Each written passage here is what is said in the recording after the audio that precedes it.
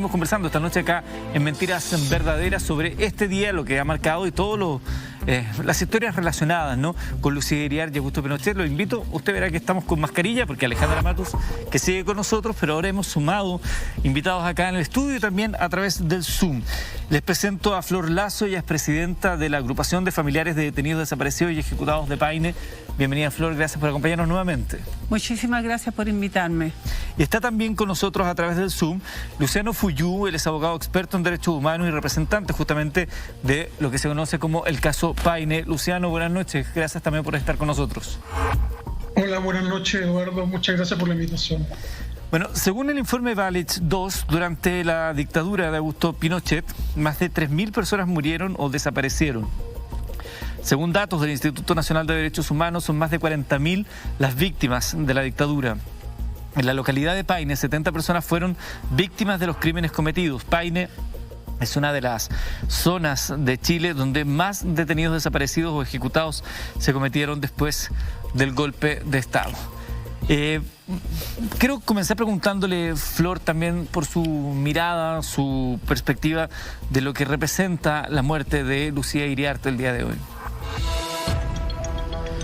Bueno, hoy día me acordé de mi familia.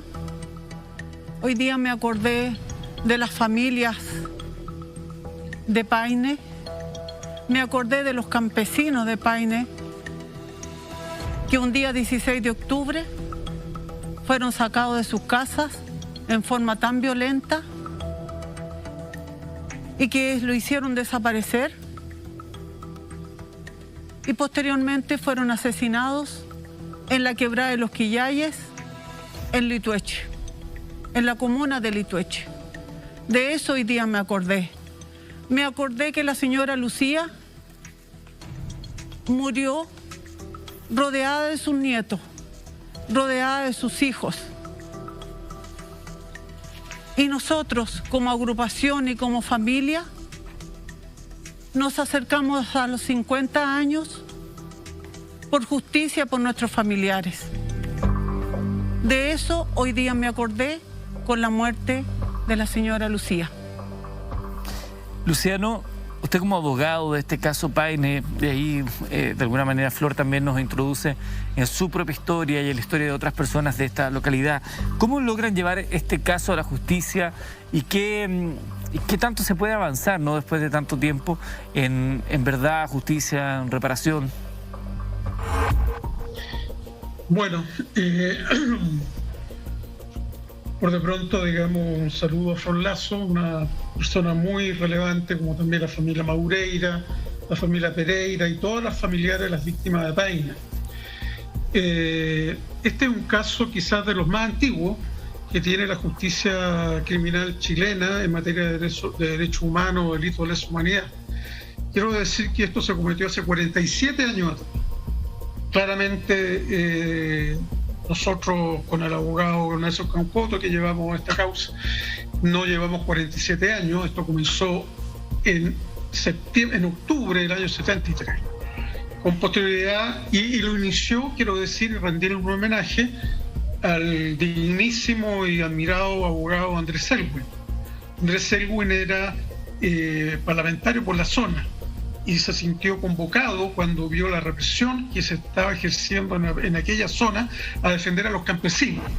Estos campesinos que fueron llevados, tal como lo dice Flor, desde fines de septiembre y comienzo de octubre, particularmente el día 16 de octubre, fueron llevados, Eduardo, fueron llevados en un camión civil de barandas amarillas de color rojo, perteneciente a los transportistas de la zona, que estaban coludidos con las fuerzas represivas.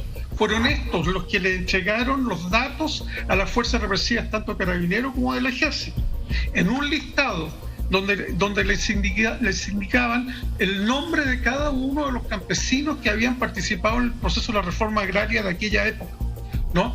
Iniciada por el presidente Frei Montalva y ejecutada de manera más aguda por el presidente Allende. Y ese día fueron sacando a estos campesinos. Y tal como lo dice Flor, se lo llevaron al lugar, a la cuesta. Y ahí, Eduardo, los ejecutaron. Y los ejecutaron con un pelotón de fusileros. Gran parte de ellos eran conscriptos, muchachos jóvenes, comandados por oficiales, por el oficial, el capitán Romero, y posteriormente el teniente Magaña y otros subtenientes. Los pusieron en contra de los cerros, lo iluminaron con las luces de los camiones para que tuvieran mejor visibilidad, y los ejecutaron. Y ejecutados que hubieran sido, Eduardo, fueron enterrados malamente, solamente con un pequeño hoyo y con unas ramas encima.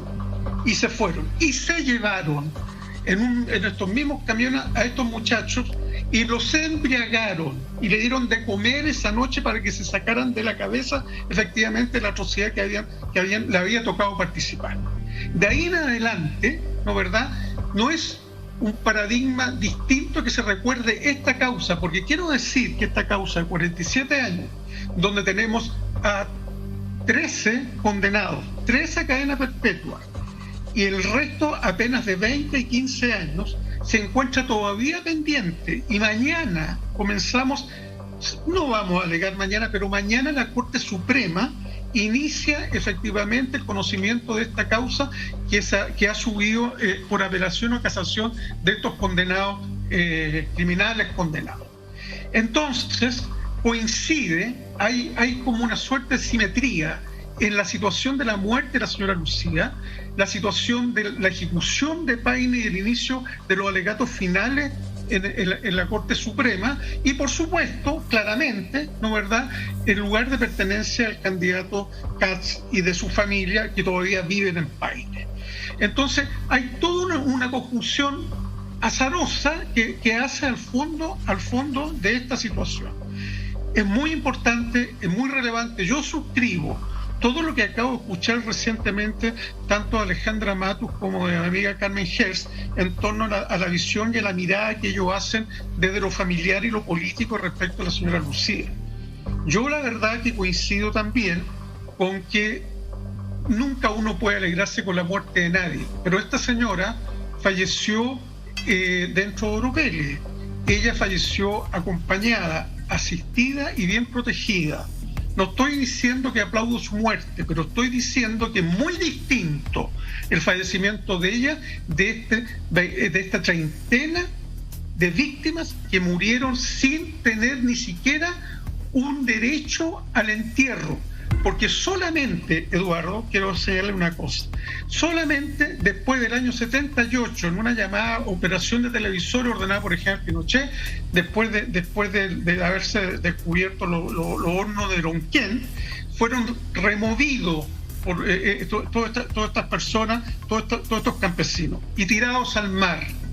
Y recién entrados los 2000, el ministro Héctor Solís, que llevaba la causa en ese entonces, por una confesión casi anónima, logró determinar dónde lo habían dejado a estos campesinos. ¿Dónde?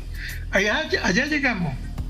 Allá, fíjese, se hicieron los desentierros. No encontramos ningún cuerpo. ¿No saben lo que encontramos? Vestigios. ¿Saben qué vestigios encontramos? En el caso del papá de Pamela Pereira, mi amiga histórica, a quien yo también represento junto a su familia en esta causa, ¿saben lo que encontramos? Encontramos un pedazo de frente y un ara del anteojo que andaba trayendo, y un pedacito de camisa. Y gracias a lo que se encontró aquí, se le pudo hacer el ADN, Eduardo, y por su intermedio le agradezco la preocupación sobre el tema. Le comento a usted y a las personas que están escuchando o le están interesadas en este tema. Mire, en una cajita como esta, de este porte, esto es lo que enterramos del papá de Pamela Pereira en el cementerio general junto a su familia. esto es lo que enterramos, esto es lo que encontramos. Y logramos identificar de 24 víctimas ahí enterradas, solamente 11. El resto no se pudo identificar. Qué tremendo. De tal manera que esta historia no es que quiera que se repita, por Dios que no se repita nunca más en este país. Pero la gente que estaba en conocimiento de esto, en este caso la familia Katz, que estuvo siempre en conocimiento, no hay ninguna parte o ningún miembro de la familia Katz condenado, pero estaban en conocimiento y partícipe activo, digamos, de esta información. Nunca entregaron una cooperación ni una información. Habrán pasado más de 40 años, quizás hasta que logramos reconstituir quiénes habían estado o no.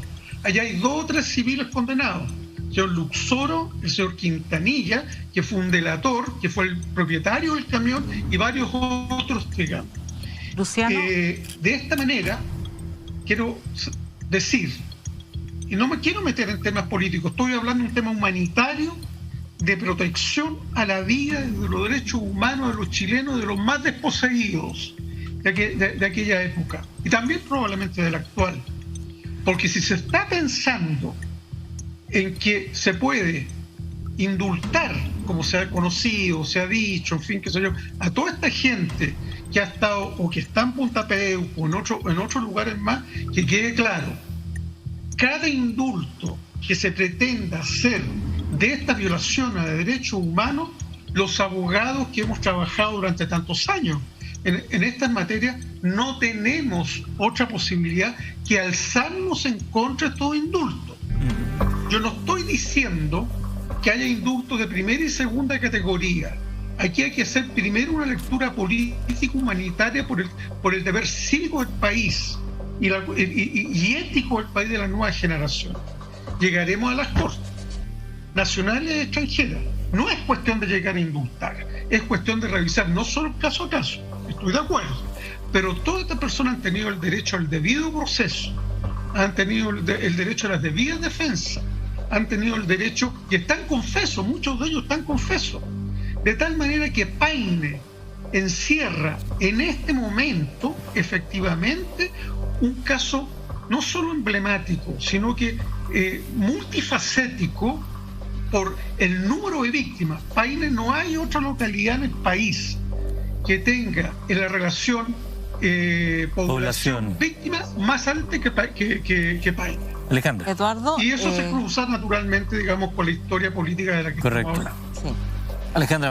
Eduardo, yo recuerdo cuando empecé a trabajar como periodista, yo empecé a trabajar en el año 87, me tocaba ir a Paine, que fue efectivamente como uno de los primeros casos donde había bastantes antecedentes ya en aquel tiempo, desde mucho antes, por supuesto. Yo me tocó conocerlo en ese tiempo, y se le llamaba a la calle donde vivía la familia Maureira y otras madres y esposas, el Callejón de las Viudas, porque se llevaron a todos los hombres, a los padres, a los hijos, digamos, todos los hombres que habían ahí, y solamente quedaron las mujeres. Y la represión tiene muchas facetas. Una faceta es, por supuesto, el dolor de la desaparición y de no tener a quién recurrir, que no hubiera un poder suficiente para digamos, detener estos delitos, sino que además también madres que tuvieron que hacerse cargo de la pobreza. Ser familiar de un detenido desaparecido, de un ejecutado político, ya era un estigma, la gente se hacía como a un lado, y son mujeres que tuvieron que hacerse fuertes, que tuvieron que a viajar desde Paine a la vicaría, y toda la vida se les fue en esto, toda la vida no pudieron hacer otra vida, como Flor y Flor. Y claro, entonces no es solamente encausar a alguien por el delito que cometió, son las vidas que se destruyeron, muchas vidas. Paine, Lonquén, que otros campesinos, la media de los detenidos desaparecidos, la gran mayoría de los detenidos desaparecidos tenían entre 19 y 24 años. Eran jóvenes campesinos, estudiantes, niños y niñas.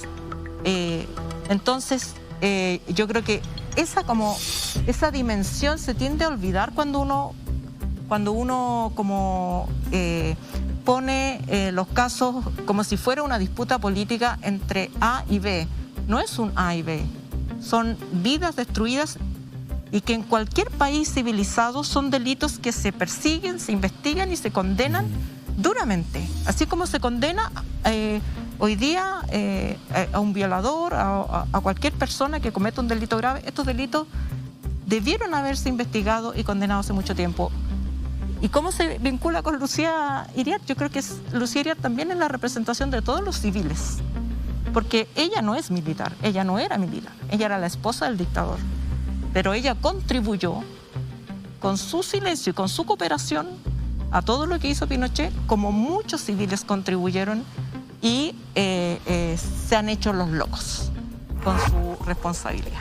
Flor, después de tantos años, ¿no?, con la investigación, con esta fase que se inicia ahora, que nos relataba el abogado Fuyú, después de estas vidas quebradas, tener que cambiar el rumbo de su propia vida, Flor, para tratar de buscar justicia por sus familiares muertos, ¿qué esperanza guarda usted de este proceso? ¿Qué la dejaría, si es que existe algo, así como que le deje algo de tranquilidad a usted en su existencia? Si es que hubiera algo parecido, porque evidentemente nada le va a devolver a sus familiares y los momentos que no pudieron vivir juntos. Yo creo, don Eduardo, que nosotros vivimos un periodo de mucha tristeza, vivimos un periodo de mucha violencia, y cuando Alejandra, usted habla, digamos, del callejón de las viudas y el abandono que quedó, eso es muy cierto, porque allá los campesinos que creyeron en la reforma agraria trabajaban la tierra y las mujeres hacían las cosas de la casa. Entonces, cuando vino esta venganza patronal y hizo desaparecer a todos los hombres que estaban en las casas nuestras, ahí quedamos en absoluto abandono. Y en el camino seguimos buscando las mamás nuestras, las hermanas, los hijos, las esposas, las madres salieron a buscar a sus maridos, a sus hermanos, y hubo un doble abandono, porque la madre salió a buscar a su marido porque no tenía explicación de lo que había pasado allí. No había ninguna explicación si eran hombres campesinos que iban de la parcela a su casa. Entonces uno entiende que eso fue una venganza patronal para poder recuperar quizás sus tierras que habían sido expropiadas. Quiero decir que el Estado les pagaba las tierras a ellos, porque era un programa que tenía el Estado de la reforma agraria. Entonces, nosotros seguimos buscando a nuestra familia. Pero yo no puedo creer que la justicia se haya demorado tanto en este país. Quiero contarle que 38 años después encontramos a nuestra familia. Las encontramos, tal como dice el abogado, solo trocitos que fueron mandados al extranjero. Y quiero decirle que el ministro Héctor Solís le puso amor propio le puso a la búsqueda, porque si no es así, no había ningún compromiso de nadie para buscar los restos de nuestra familia. 38 años después los encontramos, pero como dice el abogado, pequeñas partes del cuerpo, porque ya el dictador había dado la orden del retiro de televisores, donde fueron a sacar los restos, embolsarlos y tirarlos al mar. Y como el ministro tenía gran esfuerzo por ayudarnos, porque se dio cuenta que estas mujeres sufrían y nadie encontraba los restos, él con amor propio los buscó y los encontró. Pero quiero decirle algo, don Eduardo. Hoy día vamos para los 50 años y quiero contarle que el principal responsable el principal responsable, Andrés Magaña Bao, murió rodeado de su familia, durmiendo en la misma cama, en su casa, pero ninguno ha pisado un día la cárcel. Ninguno ha pagado la condena. Quiero decirle otra cosa. La Corte de Apelaciones de San Miguel, en el año 2018, dio la sentencia por 38 casos de detenidos desaparecidos y ejecutados de Paine. Ella en el año 2018 hizo una investigación minuciosa, detallada, bien trabajada, una mujer de sol a sol con su equipo de trabajo. El año 2018, ella dio el fallo, cadena perpetua para Magaña, y todos los demás tenían condenas. Pasó a la Corte Suprema, 4 años estuvo la causa en la Corte Suprema, hasta que Magaña murió. No pisó un día la cárcel, y nosotros siempre buscando, y nunca una respuesta. Quiero decirle que como presidente de la agrupación de detenidos desaparecidos y ejecutados de Paine, conversamos con cada uno de los presidentes de la Corte Suprema. Hasta que el viernes tuvimos una reunión con el ministro Carroza, que puso las 38 causas de Paine, que ya vamos a enterar los 50 años, las puso en tabla para que se vea mañana. En este camino, las esposas han fallecido, las esposas están postradas en cama, las esposas están hospitalizadas y con una pobreza inmensa, porque ellas eran campesinos. Ellas no tenían una profesión, ellas hacían las cosas de la casa, eran dueñas de casa. Entonces mi pregunta es, ¿hasta cuándo vamos a tener impunidad, don Eduardo? ¿Hasta cuándo estas mujeres van a esperar por justicia? ¿Hasta cuándo hoy día se abraza la impunidad en este país? Si hoy día Paine no tiene justicia, hemos hecho hasta lo imposible para buscar justicia, porque somos ordenados, porque creemos en las instituciones, porque somos familias decentes. Hemos esperado tranquilamente que la justicia llegue a las vidas nuestras, pero eso no pasa. Flor. Ojalá mañana sea el gran día de Paine y podamos tener una puerta abierta para que tengamos justicia. Para avanzar, por supuesto. Cuando usted me dice hasta cuándo vamos a estar con esta situación de injusticia, la verdad es que solo se puede generar impotencia de no saber ni siquiera qué poderle responder, ¿no? Usted lo ha vivido, han estado estos años ahí golpeando las puertas pidiendo justicia, saber qué pasó, que condenen a las personas, que sentir que de alguna manera el Estado de Chile también se hace responsable por lo que el propio Estado de Chile en un momento de una dictadura cometió. Tengo unas imágenes que me gustaría que usted nos fuera contando de quién se trata, porque hablamos de casos, hablamos de números, decimos que Paine en relación a su población es la zona que tiene mayor cantidad de detenidos desaparecidos, pero son historias, son personas. Queremos ponerle nombre a esos relatos que usted nos cuenta. Por ejemplo, mi papá, Samuel Lazo Quintero, como dije antes, mi papá, campesino del asentamiento Nuevo Sendero. Carlos Enrique Lazo, mi tío, campesino del mismo asentamiento. Samuel Lazo Maldonado, mi hermano, campesino. Luis Rodolfo Lazo Maldonado, campesino también. ¿qué edad tenían sus hermanos? 17, 18 años. Mi papá, 46, y mi tío, 48. Ellos trabajaban la tierra. Ellos eran campesinos. Mi papá no sabía leer ni escribir. Mi tío Enrique había aprendido un poquito a leer y escribir. Ellos eran campesinos, ellos iban a su casa, de su casa iban a trabajar la tierra y volvían. Eso era todo lo que ellos hacían. Entonces, que una persona con un grupo del ejército haya ido a buscarlo en forma tan violenta a su casa y después asesinarlo, es una impotencia tan grande que uno siente. Por supuesto.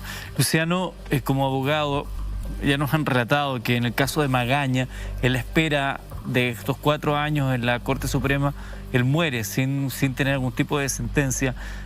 ¿A quiénes apuntan ustedes? ¿Cuáles son las expectativas que tienen en términos de sentencias? Bueno, mire, acá, como decían antes, hay 18 condenados. Bueno, la primera querella fue directamente contra el general Pinochet, como autor, digamos, de las órdenes, ¿no? Y descendió esto en el capitán Romero, que está fallecido, y hacia abajo en una serie de oficiales, Magaña, entre otros, subteniente, en fin. Toda esta gente está condenada a penas altísimas, ¿no?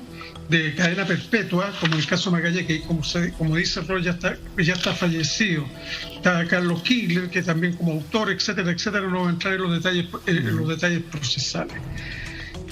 Sin embargo, también, y hay que decirlo porque yo no lo puedo silenciar, el Consejo de Defensa del Estado, más que defender a estos autores, ha defendido el no pago de reparaciones a las víctimas, que es una política relativamente habitual, que yo sé que no todos los consejeros de esa institución tan noble, digamos, defienden, pero es la posición. ¿A qué aspiramos nosotros? Nosotros aspiramos primero al esclarecimiento, que creo que ya está hecho. El esclarecimiento de los hechos ya está hecho.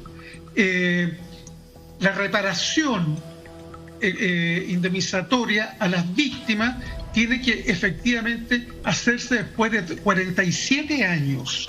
Pero por sobre todas las cosas, ¿no verdad? Nosotros hacemos una diferencia con Nelson Caupoto, hacemos una diferencia entre la responsabilidad de los conscriptos y la responsabilidad de la cúpula militar.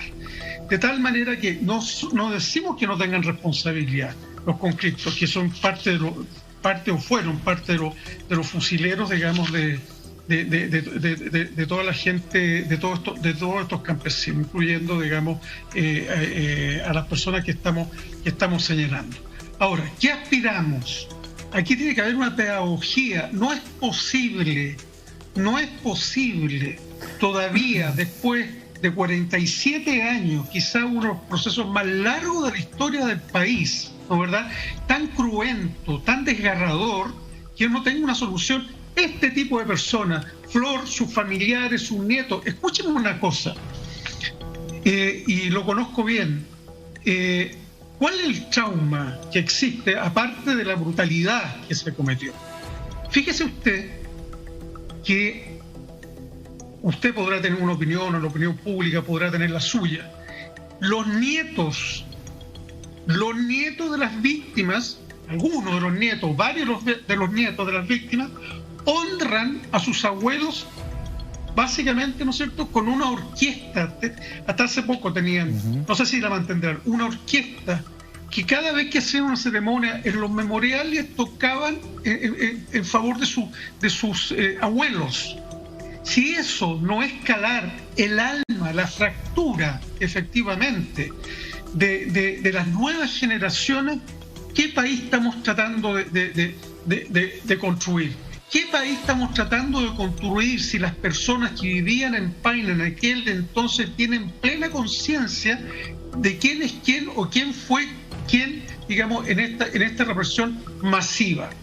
Gatillada, ¿por qué? Por el proceso de la reforma agraria. ¿Y por qué? Por las familias más pudientes de aquel entonces. ¿Y por qué? Como a diferencia de otros casos, aquí hay condenados civiles y militares o ex militares. De tal manera que lo que nosotros pedimos no solo es el término del proceso, todos estamos cansados con estos procesos, pero no estamos fatigados hasta que lleguemos a una sentencia final de término. Confiamos que la Corte Suprema nos dé el espacio suficiente a nuestras peticiones, que han venido siempre hasta el día de hoy, después de muchos años, avanzando con dificultad, pero avanzando. No hemos perdido ninguna instancia hasta aquí, pero por Dios que ha costado, no hemos tenido información, por Dios que ha costado reconstruirla, no hemos tenido tampoco cooperación por parte del ejército, porque yo debo diferenciar el ejército probablemente actual al ejército de entonces, que ya tienen un manto de impunidad y de silencio, de tal forma que van a seguir muriendo probablemente, no solo las víctimas, que ya las víctimas murieron todas, las ejecutaron a todas, ¿no? A todas aquellas víctimas, y sus familiares han ido muriendo también, pero han ido muriendo también los autores, y aún así este país, el cual defendemos, queremos hacerlo más grande, más sabio, más robusto y más ético, necesita incorporar a su educación cívica y su historia estos capítulos brutales, miserables, en los cuales hemos tenido que vivir. Yo lamento enormemente, no sabe cómo lamento, que esta causa, ¿no verdad?, que es una simple coincidencia, se cruce con esta elección presidencial que vamos a tener ahora en un par de días más. ¿Pero por qué se cruza? Porque está vinculada también con esa situación.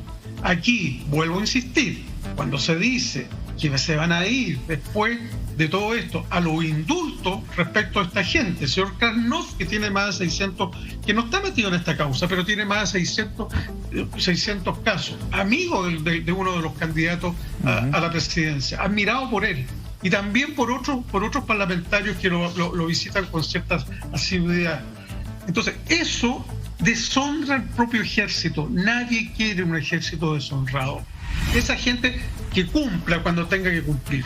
Si hay gente que está muriendo, se verá el caso a caso, pero no puede haber un perdón generalizado al estilo ni un plebiscito al respecto. Vuelvo a insistir, no alzaremos en contra de esas medidas si es que efectivamente llegan, si es que se produce efectivamente el triunfo del candidato Luciano. José Antonio.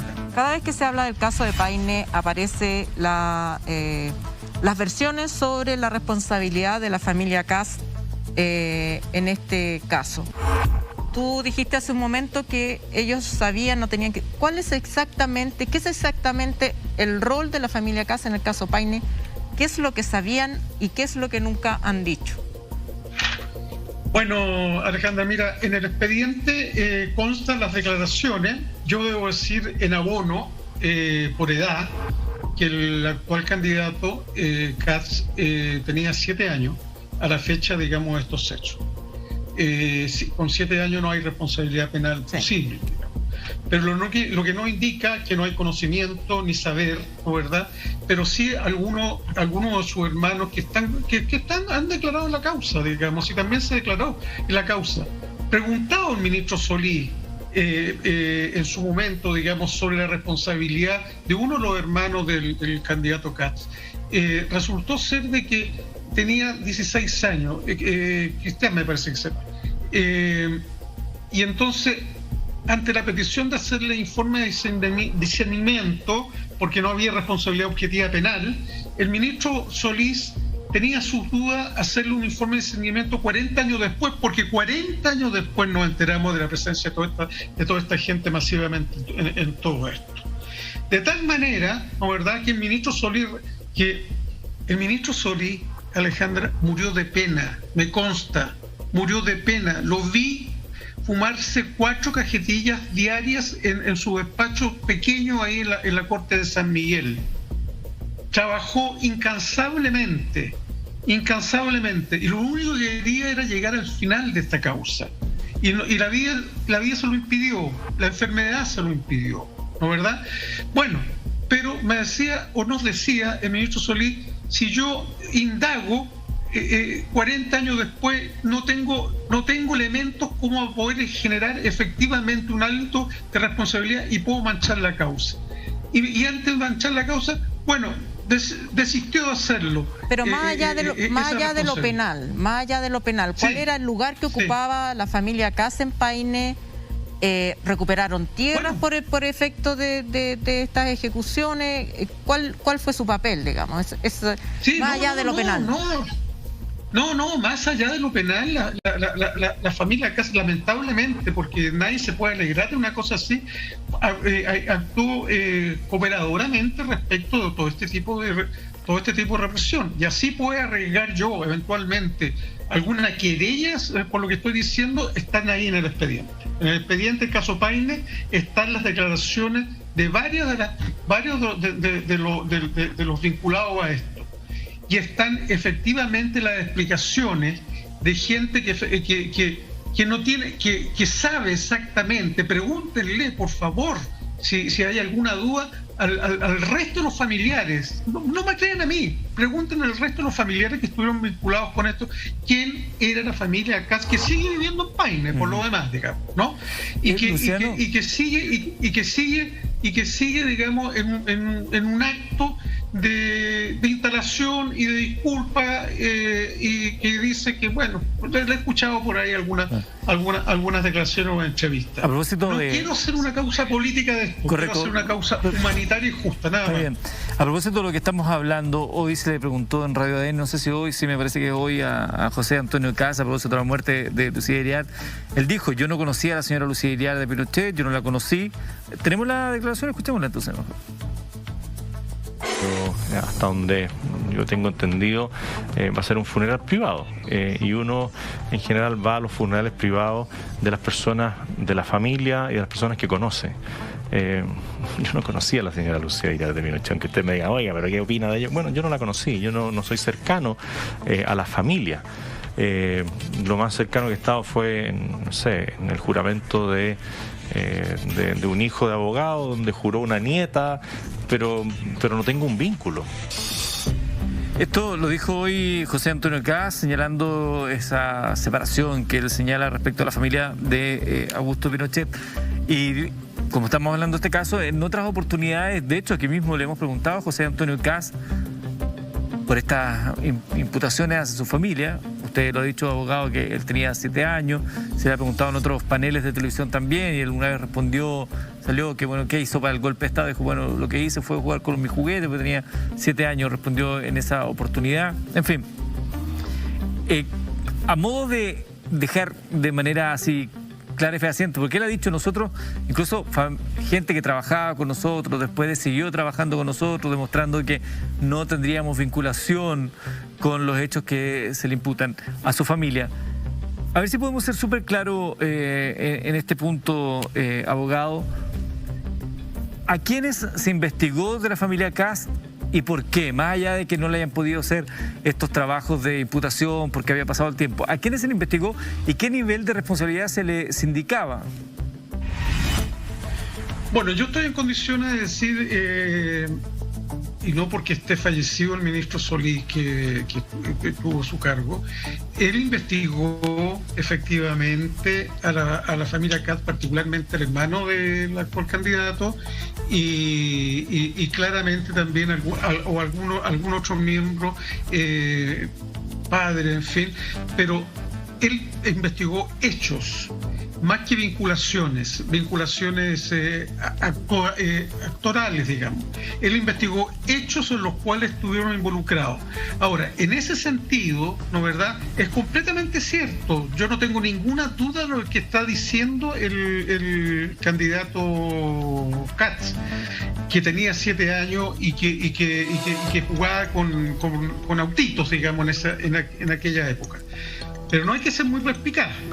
Aquí había un ambiente de represión, familiar y comunitaria en la zona, que nadie era ajeno a eso desde el punto de vista de las personas que tenían el dominio del poder de la tierra o el poder político. José Antonio Kast no puede sostener efectivamente, digamos, que de los 7 años a los 50 y tantos que tiene, no tenía idea de lo que sucedió en Paine, ni la vinculación de su familia, ni las declaraciones de su hermano en su momento determinado.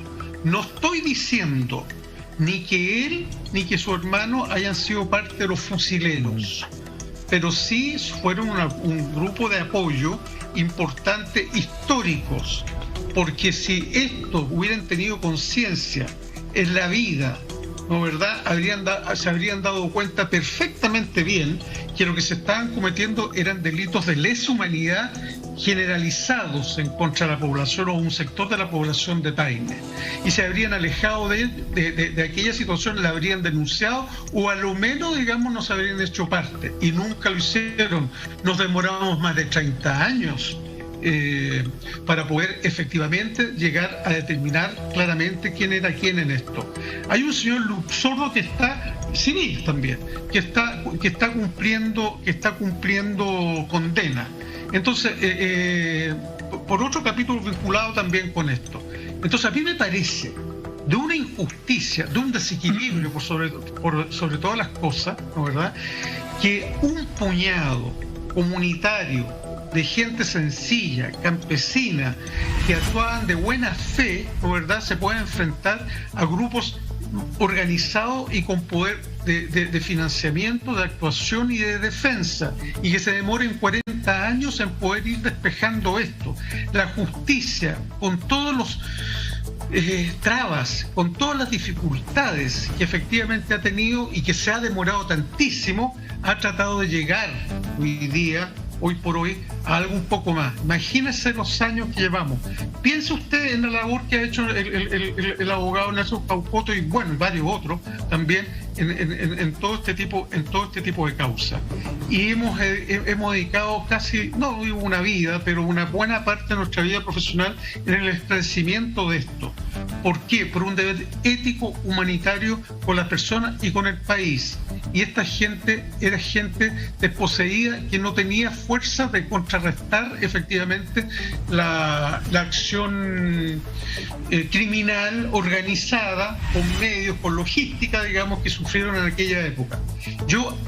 Me habría encantado haber tenido esta conversación y que ojalá la podamos tener hacia el término de esta causa nuevamente y no en medio de una disputa presidencial. Pero tocó aquí, fue así, llegó de esta manera, y entonces hay que tocarla porque no se puede dejar de hacer, digamos, si es que hay un interés público ético relevante para el país, digamos, y para estas familias que han sufrido todo. Hagamos lo siguiente. Han sufrido todo en la vida. Faltan 20 minutos para que sea la medianoche, que tenemos que hacer una pausa comercial. El regreso seguimos hablando de este caso y de más acá en Mentiras Verdaderas. Regresamos. Lucía Iriart de Pinochet. Estamos conversando esta noche sobre los alcances que tiene la historia de Lucía Iriart y cómo esto se mezcla también con un periodo histórico que todavía no tiene respuestas para muchos casos. Estamos conversando en este instante con Luciano Fuyú, abogado experto en derechos humanos y representante de víctimas del caso Paine, y también está con nosotros acá en el estudio Flor Lazo, que es presidenta de la agrupación de familiares de detenidos desaparecidos y ejecutados de Paine, y además Alejandra Matus, autora de este libro, que es imprescindible para entender la figura de Lucía Iriart, que es Doña Lucía. Me gustaría preguntarle a Luciano, dentro de este contexto, ¿no?, de revisión de la figura de Lucía Iriart de Pinochet, y considerando que estamos conversando, ¿no?, de hechos ocurridos durante la dictadura, a juicio tuyo, Luciano, ¿cuánta injerencia tuvo Lucía Iriart en tomas de decisiones? Hace un rato nada más Alejandra contaba que ella solía decir que era como esa frase que decía: sin contemplación. Sin contemplaciones, que a veces era más dura incluso que el propio Pinochet, como lo había sido con sus propios parientes, Lucía Iriart. ¿Cómo ves tú esa configuración del perfil de Lucía Iriart? Bueno, mire, yo ciertamente tengo una referencia simplemente histórica de doña Lucía, como la gran mayoría del país.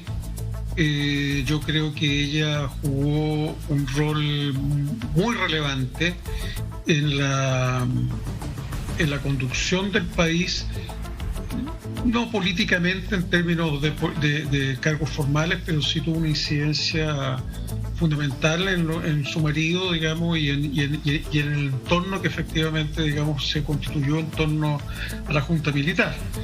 Ella fue una persona que desde el lugar que ocupó, que el destino la puso, y que ella conservó y cultivó, supo claramente tomar espacios de poder relevante, sobre todo en lo que se conoció hasta el día hace poco atrás de la conducción de SEMA y algunas incidencias políticas también en su marido.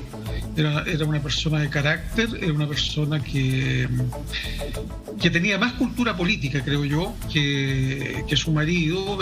Su padre había tenido una prominencia política, se conoció recién, además, en su mismo programa al comienzo, y fue girando claramente en una carrera silenciosa de su marido hasta que llegó por cosas del azar, por decisiones muy éticas y muy importantes del general Prat, de dejar la comandancia en jefe del ejército y haberle tocado al general Pinochet, digamos, en los meses previos al golpe militar, hacerse cargo del ejército. En esa cúspide yo tengo la idea de que se desarrolló en plenitud la personalidad política de la señora Lucía y la incidencia que ella tuvo efectivamente en varias de las tomas de decisiones en él. A mí me parece que tiene un lugar importante, pero no para recordarlo, en definitiva, porque hay demasiados vestigios al interior, incluso de las propias Fuerzas Armadas, de oficiales que vieron truncadas sus carreras en función de opiniones relevantes que ella pudo haber tenido. Y quiero ser muy claro, yo no estoy hablando de forma crítica de un lugar cómodo después del fallecimiento de una persona. Esto está escrito en la historia. Estoy simplemente citando lo que se ha escrito al respecto. Y bueno, y yo hoy día pienso de que ella sobrevivió a muchos acontecimientos y fue muy incidental en la toma de decisiones de su propio marido muchas veces, en donde no necesariamente había cierta unanimidad, al parecer, según cuenta la historia y la cosa casi anecdótica, pero tuvo una relevancia cierta e importante en la dictadura de su marido, digamos, en este país. Flor, considerando entonces lo que comienza a partir de mañana en tribunal y todo lo que ha pasado, me gustaría que, para poder cerrar este espacio que hemos conversado con usted y con Luciano, conocer su última reflexión respecto a lo que para ustedes es tan importante que se comienza a vivir ahora. Bueno, nosotros llevamos más de 30 años, 40 años llevamos en busca de justicia. Esperamos que mañana sea el gran día de Paine, que mañana estas causas, estas 38 causas que ya fueron sentenciadas, ya se dio el primer fallo en la Corte de Apelaciones de San Miguel, que mañana tenga por fin la justicia tanta gente de Paine, que mañana la Corte Suprema pueda condenar a los asesinos de nuestra familia. Mañana esperamos que la Corte Suprema esté a la altura de lo que hoy día las familias esperan, de que el fallo pueda definitivamente terminar con las causas de Paine y no continuar en esta impunidad que hemos transitado por tantos años, en una impunidad que no se puede explicar ni entender. Entonces mañana yo espero que estas causas sean falladas, que mañana se puedan ver y que por fin estas 70 familias de Paine puedan tener esa justicia que tanto han anhelado, que tanto han esperado. Muchas gracias, Flor. Flor Lazo, presidenta de la agrupación de familiares de detenidos, desaparecidos y ejecutados de Paine, y Luciano Fuyú, abogado experto en derechos humanos y representante justamente del llamado caso Paine. Gracias a ambos por habernos acompañado. Buenas noches. Gracias a usted. Gracias a usted. Muchas gracias a ustedes por el interés en el tema. Muy amable. Gracias. Con Alejandra nos quedamos acá porque vamos a seguir hablando desde otras perspectivas, ¿no? De Lucía Iriart de Pinochet. Vamos a ver una nota, entiendo que es del caso Semachile, ¿no? Para conocer también que probablemente es uno de los lugares más emblemáticos y que más se relaciona para la gente con la figura de Lucía Iriart, pero todo lo que hay detrás de aquello y que, por cierto, generó profunda polémica e investigaciones.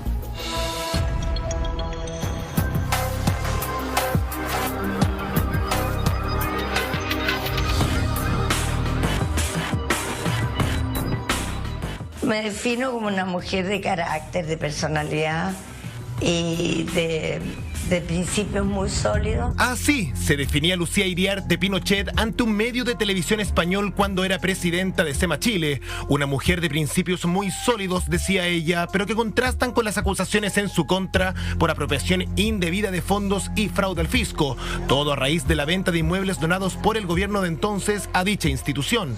La querella interpuesta por el Consejo de Defensa del Estado obligó a la ex primera dama a declarar en su hogar en diciembre de 2016 a causa de su avanzada edad y sus condiciones de salud, un acontecimiento histórico para el Poder Judicial de nuestro país. El general Pinochet violó en Chile los derechos humanos. Y hoy día el país y el mundo está conociendo que la mujer violó las arcas fiscales del patrimonio de todos los chilenos. Durante la administración de Lucía, 360 bienes raíces obtuvo Semachile, de los cuales 236 fueron donados por el fisco, alcanzando un patrimonio de hasta $10 millones. Luego se identificaron 137 operaciones en las que se vendieron algunas de las propiedades entregadas por el Estado. 41 de ellas fueron embargadas. Esta situación indica que la fundación sirvió como plataforma de negocios para aumentar los recursos de su presidenta, la señora Iriart de Pinochet. La sospecha o la hipótesis de la querella y de que el juez la interrogue como inculpada es que existen antecedentes suficientes de que ese dinero se usó para enriquecimiento personal y no para el fin de la institución que ella presidía. Esto demuestra una vez más que no hay dictadura en el mundo, que no se haya solamente abocado a perseguir, a torturar, a asesinar, sino que también a enriquecerse ilícitamente. Se vio ya con el caso del Banco RIC, pero hoy día se está viendo con las propiedades de Semachile que se adquirieron de manera anómala y que le han significado incrementar a esta familia Pinochet su patrimonio de manera millonaria. Este supuesto enriquecimiento personal gatilló múltiples acusaciones por llevar una vida de lujo que nunca reconoció. ¿Qué dice a la persona que dice hoy que tiene mucho dinero, que vive en el lujo? ¿Qué quiere decir a esta persona? que vayan a almorzar un día conmigo. Pero Lucía no solo habría vendido propiedades a inmobiliarias a través de Semachile. Además, la institución le entregó $50.000 para cubrir gastos de la detención de Augusto Pinochet en Londres, dinero del cual nunca se acreditó su devolución. Un tema judicial que le trajo varios dolores de cabeza a Lucía, igual que su detención a causa de evasión tributaria en el marco del caso Rix. Al ser consultada, su respuesta fue algo ambigua. Gracias a Dios, yo no estaba bien de salud y me llevaron al hospital. Pero claro, y nunca he sabido por qué nos arrestaron, porque eso fue la cosa más loca. Nadie supo después.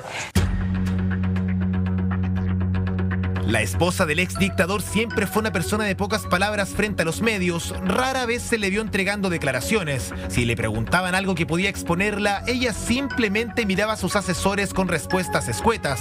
Así reaccionó ante la consulta sobre la política de exterminio durante el régimen de su difunto esposo. Tiene el remordimiento a veces por las víctimas del cambio de régimen. No, eso es política, mira, te voy a decir, eso es política y además otra cosa. Pero el caso Semachile no lo pudo esquivar y se convirtió en una polémica que le persiguió hasta sus últimos días. El caso SEMA Chile, otro de los casos emblemáticos, ¿no?, para entender la historia de Lucía Iriart de Pinochet. Se suman a este panel de conversación esta noche Juan Pablo Figueroa, periodista, autor de reportajes de investigación en CIPER. Bienvenido. Hola, muy buenas noches. Muchas gracias por la invitación. Y también está con nosotros Benedicto Castillo, periodista y autor del libro Pinochet, el gran comisionista. Bienvenido también. Gracias, Eduardo. Y tiene ahí, trajo el libro. Aproveche y mostrarlo y para que lo puedan ver también. Muy bien. En sus casas la gente. Ese es el libro del cual estamos, el librito. Del cual estamos hablando. Juan Pablo, a propósito de lo que veíamos ahí de SEMA Chile, ¿no? Y esto es una conversación que dejó abierta. ¿Cuál fue el rol de Lucía Iriart durante las ilegalidades que se investigaron cometidas por la Fundación SEMA Chile?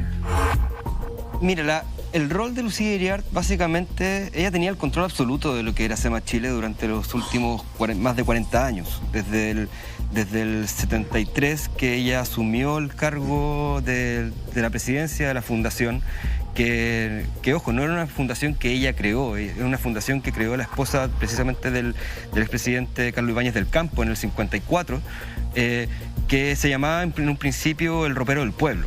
Que con el tiempo fue cambiando un poco, pero que la figura que tenía era que iba a ser una fundación dirigida y presidida por la esposa del presidente de turno en ese momento, o sea, por la primera dama. Después del golpe de Estado, y cuando Hortensia Bussi ya después tuvo que dejar la presidencia ahí de SEMA, ella asumió el control y finalmente empezó a hacer distintos movimientos estatutarios, porque le cambió primero los nombres, cambió el objeto, y empezó a hacer, a medida que pasaba el tiempo, distintos cambios para poder ella tener el control a perpetuidad. O sea, cambiaron cuando ya venía el fin de la dictadura, se volvió a cambiar para que ya no fuera la primera dama quien la presidía, sino que fuera la mujer del comandante jefe del ejército, cargo que estuvo hasta el 97 Augusto Pinochet. Y una vez ahí lo volvió a cambiar para que quien decidía quién iba a estar ahí de la presidencia, el Consejo de la Fundación. Quienes conformaban el Consejo de la Fundación, puras personas leales a ella, que durante los siguientes años, hasta el 2016, la votaron siempre unánimemente para poder seguirla. Entonces, ella tenía el control absoluto de todo lo que se hacía ahí dentro de la Fundación. Para aquellos que no vivieron esa época y que a lo mejor no se imaginan lo que era SEMA Chile, ¿a qué se dedicaba SEMA Chile? ¿Puede mostrar SEMA Chile algunos logros efectivos más allá de esto que se está investigando? Es difícil verlo porque, mira, SEMA Chile, ¿qué es lo que era? Básicamente era una entidad ¿cuál era su objetivo? En un principio era preocuparse por el bienestar económico y espiritual, de hecho así decía en su estatuto, de las mujeres y los niños, sobre todo vulnerables. En un principio decían de los obreros. También uno de los primeros cambios fue sacarle todas las referencias a lo obrero y al pueblo, cosa que era algo muy, muy normal después del golpe de Estado. Y después se transformó en dar esta seguridad a las socias. ¿Quién eran estas socias? Mujeres del mundo popular en todo el país. O sea, si bien hacían talleres en un principio, sobre todo en los 80, en los 70, hacían talleres de capacitación en temas de artesanía, en temas de generar algún tipo de oficio, algunos apoyos, entregaban casas también. De hecho, muchas de las propiedades que el Estado le cedió a SEMA Chile se convirtieron después en barrios completos que se le entregaba a estas mujeres y a sus familias. Entonces, si bien existía todo esto, estos talleres, estas actividades que hacían con este grupo de mujeres que estaba por todo el país, finalmente también era un mecanismo de control, era un mecanismo para poder tener el apoyo sobre todo de las mujeres en el mundo popular. Teniendo el apoyo de las mujeres en el mundo popular, tienen un apoyo mucho más grande y consolidado. En 2016, Guillermo de la Barra, ministro en visita, ¿no?, encargado de la investigación de SEMA Chile, entrevistó a la esposa de Augusto Pinochet, a Lucía Iriart, y aseguró que, comillas, nunca se distrajeron esos dineros para fines particulares, ni míos ni de mis familiares, tampoco para algún integrante de la junta directiva. Todos los dineros fueron entregados a SEMA Chile. Por mí no pasaba un centavo. Mira, es discutible eso. Bueno, de hecho, en rigor, como que nunca se comprobó que todas las platas que nosotros pudimos, esta investigación nosotros la partimos en CIPER, pero después la seguí con un equipo de contacto en Canal 13, con los periodistas Esteban González y Fernando Morales, y después incluso sacamos algunas cosas después en La Tercera. O sea, fue una línea de investigación que desarrollamos por varios años con distintos equipos. Y lo cierto es que poco se pudo comprobar respecto a que las platas de estos hayan llegado efectivamente a la familia Pinochet. Pero sí hay algunos casos, como por ejemplo ahí en la nota se decía, cuando Pinochet estuvo preso en Londres, a la fundación le entregó dos montos, no solamente 50.000 pesos como decía ahí en la nota, sino que fueron... $50.000. O sea, $50.000, perdón, sino que fueron $100.000. Fueron dos entregas de $50.000 en distintos momentos, uno en el 97 y otra en el 98. Efectivamente nunca se pudo comprobar que efectivamente en qué finalmente se gastó esa plata y que hayan sido restituidas. Pero además también se ocupó para poder darle en algún momento pega a algunos hijos de la familia Pinochet Iriart. También se sacaron platas para pagarle la educación a algunos de los hijos de Jacqueline Pinochet. Y ahí es donde están las pistas de que efectivamente hubo traspasos de plata. Ahora, complementando eso, Eduardo, ¿sí? Mira, en la investigación del caso Rick hay un dato clave, que es una donación que hace un fotógrafo muy famoso chileno, Sergio Larraín, que recibe ese dinero de su mujer, que era nieta de Rockefeller, del orden de los $55.000. Y esa donación que recibe Lucía Iriart, ella se la embolsilla y no da cuenta, no queda registrada en la contabilidad de SEMA. Ojo que junto con SEMA ellos crearon una fundación de ayuda social, que eran dos identidades que se ocupaban para hacer traspaso de una serie de inmuebles que desde el Poder Ejecutivo se ordenaba que se traspasaran a SEMA Chile. Es decir, desde el municipio de Huasco, por ejemplo, ordenaban que se traspasara un complejo que probablemente estaba infraocupado, iba a poder de la fundación de Lucía. Es decir, yo creo que en el último balance que se hizo, esta señora acumuló del orden de las 200 propiedades. Más. De ese tipo. Bueno, más. Para dar una perspectiva así como histórica, porque ellos no siempre estuvieron preocupados de la plata. Entre el 73 y el 86, en todo ese periodo, Pinochet ni Lucía nunca pensaron que iban a perder el poder. Por lo tanto, en ese periodo, para Lucía Iriart, SEMA Chile fue un lugar de construcción de poder político. Ella hizo un ejército paralelo, todos los integrantes del ejército tenían que jugar un rol en SEMA Chile, tenía sedes en todos los municipios les pusieron sede de SEMA Chile, tenían Isla de Pascua, tenían todo el territorio nacional. Llegó a tener 1 millón de socias, o sea, de socias, claro, las mujeres que iban a ser, pero 45.000 voluntarias, que eran todas las mujeres de los militares, más todas las mujeres de los ministros. Y si alguien se negaba a estar en SEMA, ella le hacía la cruz y perseguía políticamente. Por lo tanto, todo el mundo se cuadraba con SEMA en Chile. Esa fue una plataforma política muy útil para el régimen.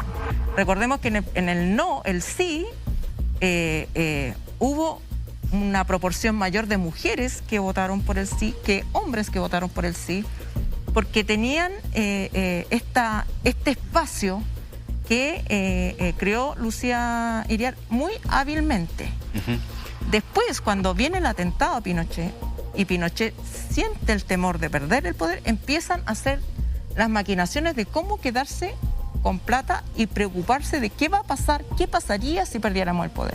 Y ella ahí también le llevó la delantera a Pinochet, porque ella se preocupó de SEMA y con sus equipos hicieron estos cambios estatutarios mucho más eficientemente de lo que Pinochet se aseguró por su cuenta, porque Pinochet se aseguró comandancia en jefe del ejército, pero si no tenía cargo, chao nomás. Pero ella se aseguró la conducción de SEMA a perpetuidad.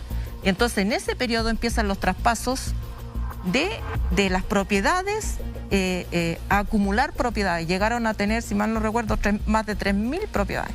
Entonces estas 200 propiedades que detectó, bienes nacionales, de las cuales recuperaron 35, pero un pelo de la cola. Y entre 1990 y el año que el ministro Carlos Cerda, porque fue el ministro Carlos Cerda el que creó este cuaderno secreto con el caso SEMA, mandó a investigar y no había contabilidad. Nunca SEMA Chile le entregó lo que tenía que entregar al Ministerio de Justicia, las memorias y los balances. Por lo tanto, Lucía Iriart puede decir lo que quiera, pero no hay contabilidad, no hay, recibían aportes de la Polla Gol, de la Polla Chilena, ese me cayó el carnet. Claro. Pues la Lotería de Concepción también. Recibían aportes municipales, las municipalidades le seguían poniendo plata, las municipalidades de Vitacura, Lo Barnechea, le seguían poniendo plata hasta después que se descubrió le seguían poniendo plata. Entonces todos esos dineros no tienen comparación con lo que SEMA hizo después del 90, porque hacían cursos de manejar microondas, o sea, unos cursos ridículos. Eduardo, complementando eso, discúlpame, en la investigación que yo realicé, que está registrada en los más de 330 tomos del caso RICS, 330 tomos, la investigación más grande que se ha hecho en materia judicial en este país, hay la siguiente demostración con hechos concretos y esto es, yo diría, digno de ser alabado, porque esta investigación que la hizo sustancialmente Muñoz, después la toma Cerda y la culmina Valderrama, pero los dos primeros son los que acumulan. ¿Qué es lo que acumulan? Que durante la dictadura cívico-militar, en los 17 años, Pinochet creó dos brazos. Uno, que era un brazo financiero, a través de la apropiación de los dineros de gasto reservado en la Casa Militar y posteriormente la moneda. Esa fue una arista. Dos, todo lo que fue el tráfico de armas, que se empleó desde una plataforma que crearon a través de FAMAE. FAMAE fue una plataforma muy rentable para este grupo. Pinochet creó una asociación ilícita muy extensa en el tiempo, que logró mantenerse impune gracias a la dictadura que se ejerció a sangre y fuego, digamos. Entonces fue imposible que el Poder Judicial le metiera mano en ese periodo. Yo creo que hay que agradecerle a el Senado norteamericano, que a raíz de su investigación producto del atentado de las Torres Gemelas, es que ellos investigan los dineros provenientes de Al Qaeda. Correcto. Entonces ahí se investiga, recién sabemos, el 2004, que Pinochet había tenido 129 cuentas bancarias en el extranjero. Y ahí tenía toda su fortuna, digamos, 129 cuentas. Y el otro brazo fue un brazo que demuestra la parte más, dijéramos, siniestra, asesina de Pinochet, porque se dedican a eliminar opositores y opositores dentro de las filas del ejército, opositores dentro del aparato de inteligencia del ejército. Y están los casos del sargento Guillermo Jorquera Gutiérrez, bueno, hablamos de Berríos, hablamos del coronel Huber, hablamos de 5 o 6 agentes más. Becerra, el de Colonia Dignidad. Claro. Y esa parte, digamos, que fue bien investigada, desgraciadamente no tuvo un correlato en materia de sentencia para, ¿para qué decir? Para Pinochet, digamos. Claro. Bueno, pero permítame un segundo, porque nos obliga el reloj, son las 12:15 de la noche, a hacer la última pausa. Al regreso seguimos hablando, cerrando estas ideas, estas historias, en este capítulo especial de Mentiras Verdaderas. Regresamos de la situación de SEMA, del rol de Lucía Iriart habíamos quedado con la palabra, Juan Pablo. Adelante, por favor. No, que quería complementar un poquito ahí con lo de SEMA, porque nos enfocamos mucho también antes de decir cómo había sido durante la dictadura, que era como este rol de control social y de un rol más político. Pero finalmente el Estado que le había entregado, nosotros logramos catastrar por lo menos 360 propiedades que le habían entregado. En un principio el Ministerio de Bienes Nacionales tenía 120 y tantas, 130. Nosotros logramos finalmente encontrar muchas más que le habían entregado municipios y otros organismos públicos. ¿Pero eso incluía la famosa plaza? Había una plaza. Entre ellas también, claro, la Plaza de Paine, la Plaza de Armas de Paine, claro. Que de hecho en 2016 nos enteramos de eso, que finalmente fue toda una sorpresa, que una plaza de armas de un municipio era una propiedad privada de una fundación que le habían entregado al Estado. Pero no solamente eso, o sea, por ejemplo, la gobernación de O'Higgins, el Estado tuvo que pagar 570 millones para poder rescatar un bien que le habían entregado gratis. Y así podemos contar muchas otras. ¿Por qué le entregaban todos estos inmuebles? El Estado le entregaba estos inmuebles a SEMA para que pudiera hacer solamente, de hecho los decretos de entrega de estos inmuebles establecían que podían ser solamente usados para la función que tenía la fundación y que no podían ser enajenados por lo menos durante los primeros 5 años. Por supuesto, después cuando llegó la democracia se acabó este rol político que tenía SEMA y, como bien decía antes la Ale, aquí Lucía Iriart fue muy inteligente para poder seguir manteniéndose acá, cosa que nunca pudo hacer su marido, que finalmente tuvo que dejar el poder. Ella logró mantenerse acá y SEMA Chile se convirtió en democracia, en el principal bastión del pinochetismo, que siguió hasta 2018, que se terminó bajando la fundación, se terminó disolviendo. Pero durante todos estos periodos en democracia, la principal actividad, de hecho, sí, que en los últimos años ya sí estaban haciendo, después del 2005, cuando entró a la causa Rix, empezaron a ordenar un poco la contabilidad, empezaron a hacer las memorias y balances anuales. Todo eso se lo entregaron al Ministerio de Justicia. Bueno, no todo se lo entregaron, después cuando lo empezaron a pedir se lo entregaron todo.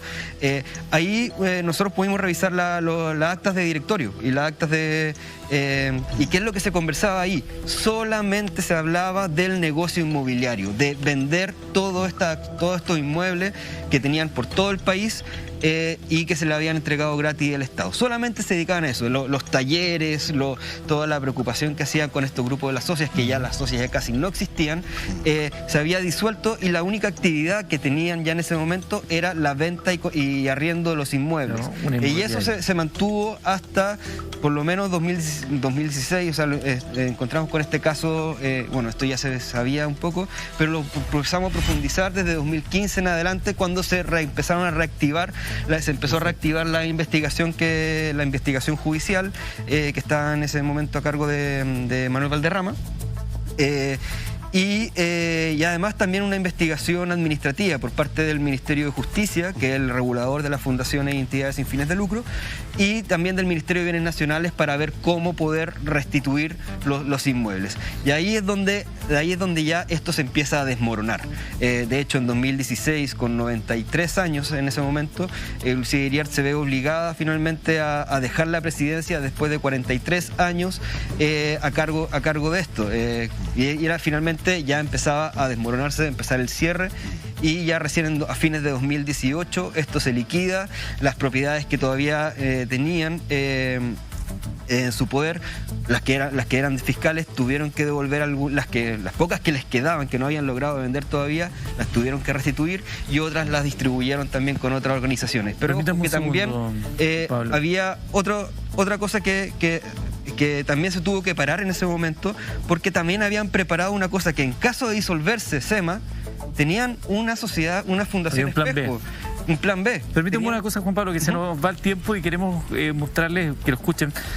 Durante la tarde de hoy, nuestro periodista Luis Tavilo conversó con una amiga de toda la vida de Lucía Iriart, que ha pedido no dar a conocer su nombre, para conocer ese lado desconocido, ¿no?, amistoso, de la viuda de Augusto Pinochet. Esto fue lo que le contó a nuestro periodista Luis Tavilo.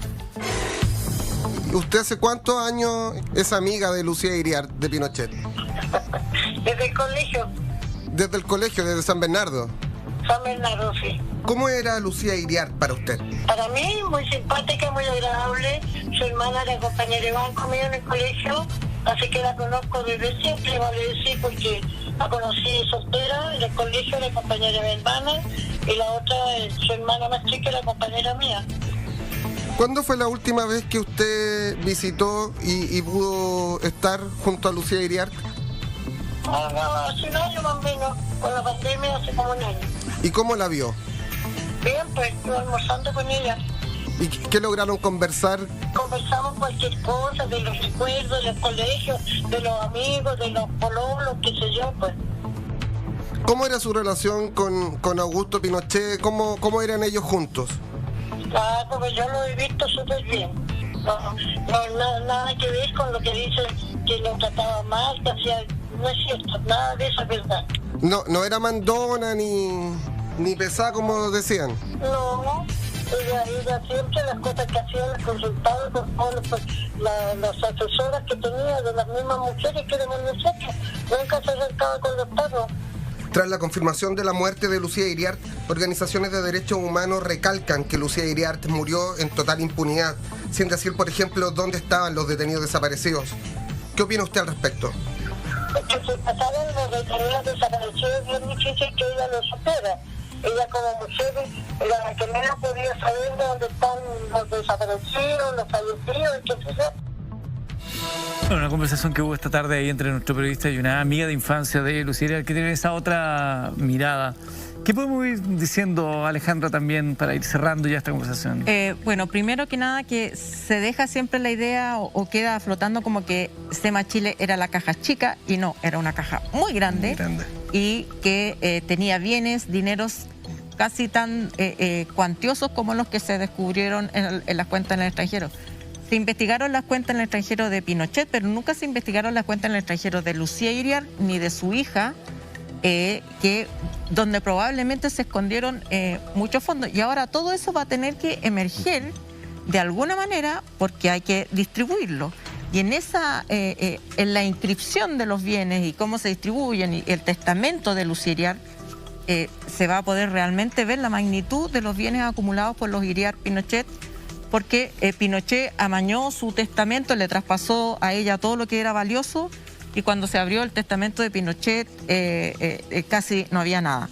Pero entiendo que el colega... Complementando lo que dice Alejandra, yo de acuerdo a la información que yo reuní en este libro, la fortuna de los Pinochet tiene 3 vertientes. 1, gastos reservados. 2, tráfico de armas. Y 3, tráfico de drogas. La última arista de drogas. La última arista fue débilmente investigada, aun cuando hay antecedentes que vinculan a la mujer de Marco Antonio Pinochet comprando estos elementos que se usan para producir el clorhidrato de cocaína. Los precursores. Los precipitantes. Esto que se usaba, se fabricaba en el complejo químico industrial de Talagante del Ejército. Ahora se viene una etapa complicada porque lo que está abierto judicialmente es todo lo que dice relación con la liquidación que hizo Impuestos Internos de los bienes de Pinochet, de la Lucía madre, de la Lucía hija y del resto de los hijos y el resto de la familia. Entonces hay decomisada o comisada por parte de la Corte Suprema en el último fallo alrededor de $5 millones. Y la otra arista, la arista que dice relación con los pagos de impuestos, el global comentario, este es un tema re complicado explicarlo, porque es muy tributarista. Toda esta lista que está abierta, hay una, digamos, apelación a la Corte Suprema, hay otra apelación en la Corte de Apelaciones, pero en definitiva está por verse todo lo que dice relación con la plata que tienen que pagarle los Pinochet al Estado por la vía de la evasión de impuestos. Correcto. Ahora se viene, lo que adelantaba Alejandra, cómo van a hacerlo para hacer la posición efectiva de los bienes. Tienen 2 años, la ley establece 2 años para que tú lo puedas hacer. Pero ¿qué es lo que va a ocurrir? Lo más probable es que haya una disputa de los bienes, quién le toca más a cuál de los 5 hermanos, digamos. ¿Pueden ser incautados esos bienes? Bueno, de hecho están incautados. Pero los no están incautados, solamente estaban embargados, digamos, caucionados los bienes que estaban a nombre de Pinochet, que son 25 propiedades, que es un puñado. Es un puñado. Todo lo demás está a nombre de ella. Y además se les permitió, el juez Valderrama les permitió descontar los pagos de contribuciones de esos 5 millones de dólares, por alto. En el último momento quedaban como 2 millones de dólares, o sea, nada. De hecho, la casa de la dehesa... Que la vendieron en 1.800 millones de pesos. Claro, y con eso pagaron deuda, pero además se distribuyeron plata entre el resto de los... Nos pidió el tiempo. Interesante siempre ir conociendo parte de esa historia. Si les gusta, pueden verlo en el libro de Pinochet, el gran comisionista, su autor, Benedicto Castillo, periodista, ha estado con nosotros acá, o las investigaciones de Juan Pablo Figueroa a través de CIPER, periodista, autor de varios reportajes en CIPER, en Canal 13, en La Tercera, como muy bien lo decía, o en este otro libro, Doña Lucía, y también en otros trabajos que ha hecho Alejandra Matus, que también nos acompaña. Muchas gracias a los tres. Gracias a ustedes también por acompañarnos. Nosotros los invitamos a que nos encontremos el día domingo. El día domingo en un programa especial de elecciones, donde ya sabremos la verdad. Todo después de tanto tiempo, al fin, la gente habrá hablado a través de su voto y sabremos quién será el próximo presidente de la República. Así que habrá mucho que conversar, mucho que mirar. Los espero el domingo acá en Mentiras Verdaderas Especial. Que descansen.